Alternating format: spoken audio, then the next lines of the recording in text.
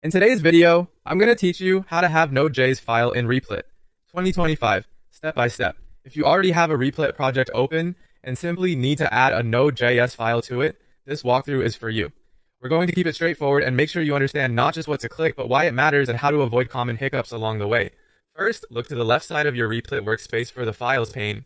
It's the sidebar with the folder icon. If your screen is small or the sidebar is collapsed, tap or click the folder icon to reveal it.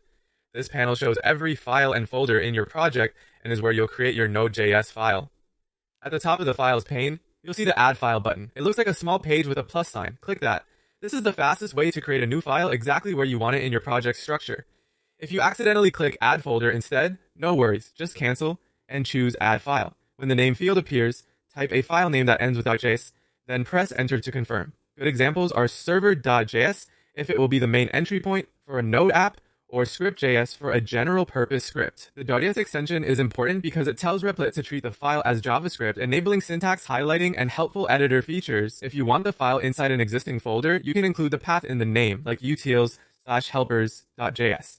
Keep names lowercase, avoid spaces, and use hyphens or underscores for readability, for example, data-loader.js. Once you press enter, the file will appear in your file tree and open in the editor automatically.